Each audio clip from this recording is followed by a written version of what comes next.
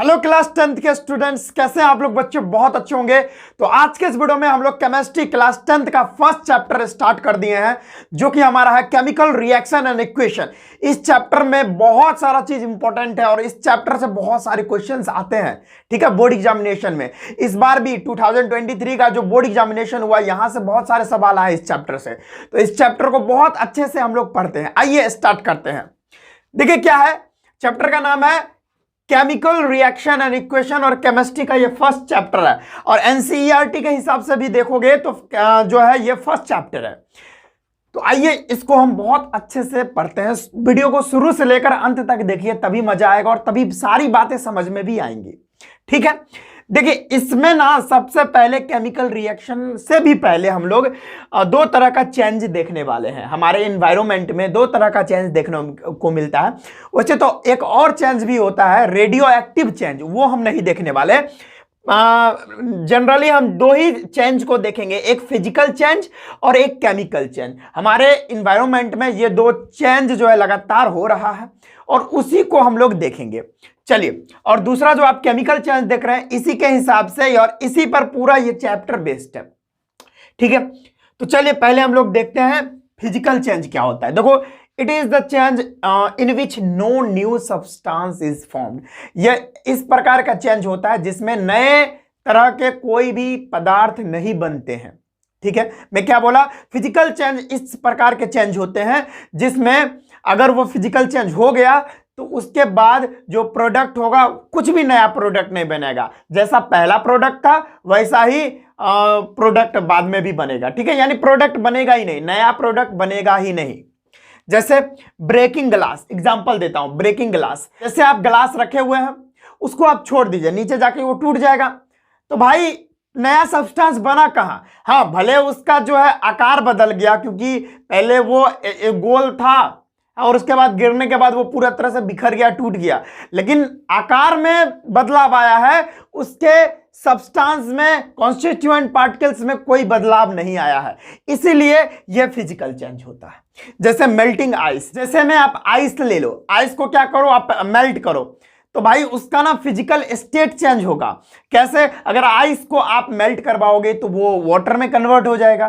तो वो क्या है, उसका फिजिकल स्टेट चेंज हो रहा है, यानी उसका आकार बदल रहा है ना, उसका अवस्था बदल रहा है।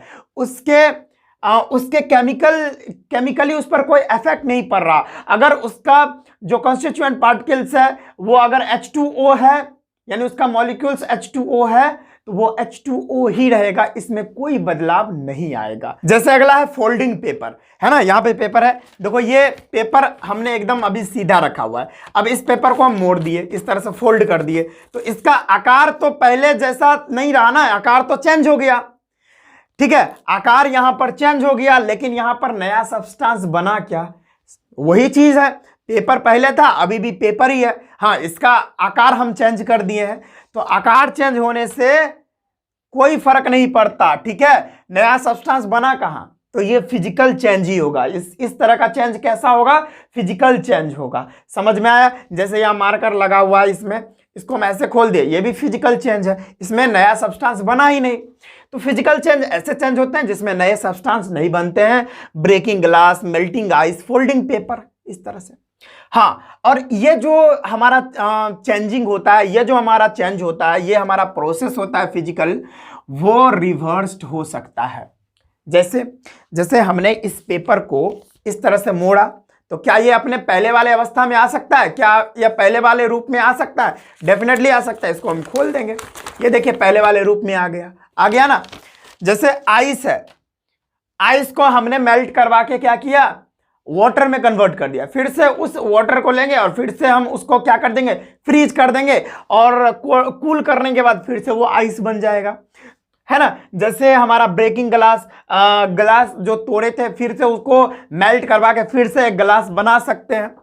समझ में आया? तो ये हमारा जो फिजिकल चेंज होता है ये रिवर्सेबल होता है, इसको हम रिवर्स कर सकते हैं। समझ में आया? यानी जो चीज पहले हम जिस तरह से उसका आकार चेंज किए, उस तरह से जो भी आकार बाद में बना, उस आकार से पहले वाले आकार तक हम आ सकते हैं। और आपको मैं बता भी दिया अभी। हाँ, तो ये हमारा फिजिकल चेंज होता है, ये रिवर्सेबल होता है, ये रिवर्स्ड होता है, ये इसको हम रिवर्स कर सकते हैं। लेकिन अगर हम केमिकल चेंज की बात करेंगे तो ये इस प्रकार का चेंज होता है जिसमें नए सब्सटेंस बनते हैं। पहले कुछ और सब्सटेंस रहता है और जैसे ही केमिकल चेंज हो जाता है तो एक नया सब्सटेंस बन जाता है। इस तरह का चेंज हमारा केमिकल चेंज कहलाता है। जैसे मैं बात बता रहा हूं आपको, रस्टिंग ऑफ आयरन, आयरन में जो जंग लगता है, आयरन में जो जंग लगता है, समझ में आया? आयरन में जैसे ही जंग लगा, ये केमिकल रिएक्शन है।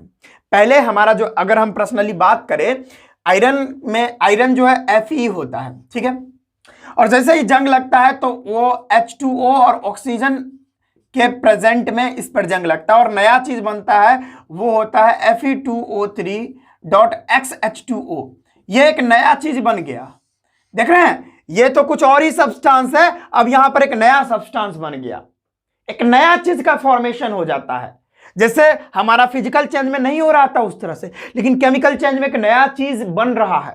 जैसे राइपिंग ऑफ फ्रूट, पहले फ्रूट कच्चा रहता है, अब पक जाता है तो एक नया ही बन जाता है, उसमें मिठास आ जाती है और बहुत सारे चीजें, उसमें सुक्रोज वगैरह आ जाता है।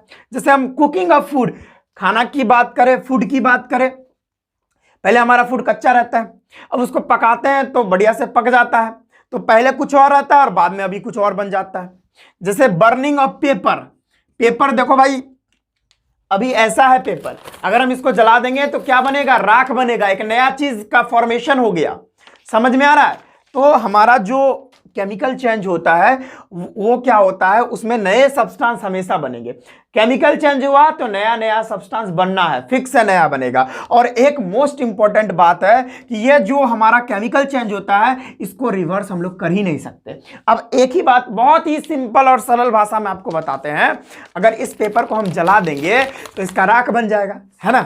इस पेपर को हम जला देंगे तो भाई क्या बायजूस का हम एडवर्टाइज नहीं कर रहे, पहले बोल देते हैं, ये तो यहाँ पे रखा हुआ था तो मैं यहाँ पे बोल रहा हूँ, है ना? बायजूस का हम बिल्कुल भी एडवर्टाइज नहीं कर रहे, मेरे को पैसा नहीं दिया बायजूस, अगर पैसा देगा तो सोचेंगे, है ना? तो इसको अगर हम आग लगा देंगे तो इसमें राख बन जाएगा, है ना? एस, राख। और क्या, अब आप बताइए, कितना भी मूर्ख बच्चा रहेगा बता ही देगा कि अगर हम इसको जला के राख बना दिए, क्या राख से हम ये पुनः पेपर प्राप्त कर सकते हैं? ये जो पेपर को मैंने जला दिया उसके बाद जो राख बना, क्या उस राख से हम इस पेपर को दोबारा बना सकते हैं? संभव ही नहीं है सर। तो इस तरह का हमारा केमिकल चेंज होता है। तो हमारा जो केमिकल चेंज होता है ना, एक बार हो गया केमिकल चेंज तो दोबारा हम उस चीज को पहले जैसा नहीं कर सकते। जैसे एक बार हमारा फल पक गया तो क्या दोबारा उसको कच्चा कर सकते हैं? क्या ऐसी बात कर रहे हो सर, ऐसा संभव ही नहीं है। जैसे एक बार खाना को पका दिए, क्या दोबारा कच्चा कर सकते हैं? क्या सर, क्या बातें कर रहे हो, ये सब संभव ही नहीं है, ठीक है। जैसे एक बार पेपर को जला दिए, राख हो गया, तो दोबारा पेपर नहीं प्राप्त कर सकते। तो इस तरह का चेंज होता है केमिकल चेंज, और इस केमिकल चेंज को अगर एक बार हो गया दोबारा हम इसको पहले जैसा नहीं कर सकते, ठीक है। बहुत बढ़िया सर, बहुत बढ़िया, समझ में आ गया, गुड। अब आते हैं फाइनली केमिकल रिएक्शंस होते क्या है। अगर ये दोनों चेंज अगर समझ में आ गया, केमिकल चेंज अच्छे से समझ में आ गया, तो भाई केमिकल रिएक्शन समझना आपके लिए बच्चों का खेल है। देखो क्या होता है chemical reaction. It is the process in which new substance with new properties are found. कहने का मतलब है यह एक ऐसा प्रोसेस होता है, केमिकल रिएक्शन एक ऐसा प्रोसेस होता है जिसमें नए नए सब्सटेंस नए नए गुणों के साथ फॉर्म्ड होते हैं। इसी प्रोसेस को केमिकल रिएक्शन बोला जाता है। और जैसा कि मैंने आपको केमिकल चेंज में बता ही दिया, क्योंकि केमिकल चेंज अगर होगा तो नया नया सब्सटेंस बनेगा, तो केमिकल रिएक्शंस भी केमिकल चेंज के ही बेसिस पे तो हो रहा है। तो अगर केमिकल रिएक्शन होगा तो नए नए सब्सटेंस डेफिनेटली बनेंगे, क्योंकि यहां पर केमिकल चेंज हो रहा है, नए नए सब्सटेंस और नए नए प्रॉपर्टीज के साथ बनेंगे, है ना। यानी वो जो भी सब्सटेंस बनेगा वो पहले वाले जो भी सब्सटेंस था उसके प्रॉपर्टीज से बिल्कुल ही अलग बनने वाला है। तो इस तरह का रिएक्शन केमिकल रिएक्शन होता है। एग्जांपल बता दूं, हाइड्रोजन को देख लो, ये रहा हाइड्रोजन, ये रहा ऑक्सीजन, और ये दोनों का रिएक्शन अगर हुआ तो यहां पर रिएक्शन के बाद में बना वाटर। देखो भाई, हाइड्रोजन का प्रॉपर्टीज अलग है, ऑक्सीजन का प्रॉपर्टीज अलग है, ये दोनों का प्रॉपर्टीज अलग है, और इसके बाद जो भी प्रोडक्ट बन रहा है इसका प्रॉपर्टी इन दोनों से एकदम डिफरेंट है। तो केमिकल रिएक्शन इसी को तो कहते हैं कि जब रिएक्शन होगा ना, केमिकल रिएक्शन होगा तो नया सब्सटेंस बनेगा, नया सब्सटेंस बना है और इसका प्रॉपर्टीज है, इसका गुण जो है इन दोनों से बिल्कुल अलग है। तो यही केमिकल रिएक्शन है। एग्जाम्पल भी मैंने बता दिया। और एक और बात बता दूं, देखो भाई ये जो एरो है ना, एरो दिख रहा है, ये एरो के इस साइड जो भी आपको एलिमेंट्स दिख रहे हैं ये हमारे क्या कहलाते हैं, ये हमारे रिएक्टेंट होते हैं। क्या होते हैं, रिएक्टेंट होते हैं। बहुत बढ़िया स्टूडेंट, ये रिएक्टेंट होता है। और रिएक्शन के बाद में जो प्रोडक्ट बन रहा है उसको प्रोडक्ट बोलते हैं, यानी रिएक्शन के बाद में जो बन रहा है ना उसको प्रोडक्ट बोलते हैं, प्रोडक्ट। आ गया समझ में, बहुत बढ़िया। चलो, तो रिएक्टेंट क्या होता है, प्रोडक्ट क्या होता है, यहां पर मैंने डिफाइन करके रखा हूं। रिएक्टेंट क्या होता है कि भाई ऐसा सब्सटेंस जो रिएक्शन में पार्टिसिपेट कर रहे हैं, भाग ले रहे हैं, जो रिएक्शन में भाग लेंगे ना, रिएक्शन में जो पार्टिसिपेट करेंगे, रिएक्शन में जो भाग लेंगे उसी को हम लोग रिएक्टेंट बोलते हैं। जैसे हाइड्रोजन और ऑक्सीजन ये रिएक्शन में पार्टिसिपेट कर रहे हैं, भाग ले रहे हैं, तो इस दोनों को हम लोग क्या बोलेंगे, ये रिएक्टेंट हो गया, है ना। अब प्रोडक्ट की बात करें तो प्रोडक्ट क्या होता है, रिएक्शन के बाद में जो फॉर्म होता है, ये दोनों रिएक्ट किया और रिएक्शन जब हो गया और रिएक्शन के बाद में जो बना उसी को प्रोडक्ट बोलते हैं। जो यहां पर क्या है, प्रोडक्ट वाटर है। यहां पर अगर रिएक्टेंट की बात करेंगे तो हाइड्रोजन है, इधर दिख रहा है हाइड्रोजन है, और यहां पर ऑक्सीजन है। और यहां पर रिएक्टेंट की बात करेंगे तो यहां पर वाटर है। क्या है भाई, वाटर है, और H2O जिसको बोलते हैं। समझ में आ गया। तो ये सारी बातें आपको समझ में आनी चाहिए। तो मैंने आज के इस वीडियो में बताया फिजिकल चेंज क्या होता है, केमिकल चेंज क्या होता है, केमिकल रिएक्शन भी बताया मैंने, रिएक्टेंट और प्रोडक्ट भी बताया। ठीक है, यहां पर केमिकल रिएक्शन में और भी सारी बातें हैं जो मैं अगले दिन करूंगा, यानी अगले लेक्चर में करने वाला हूं। आई होप ये सारा टॉपिक्स जो मैंने आज डिस्कस किया हूं सारे अच्छे से सारे बच्चों को समझ में आ गया होगा।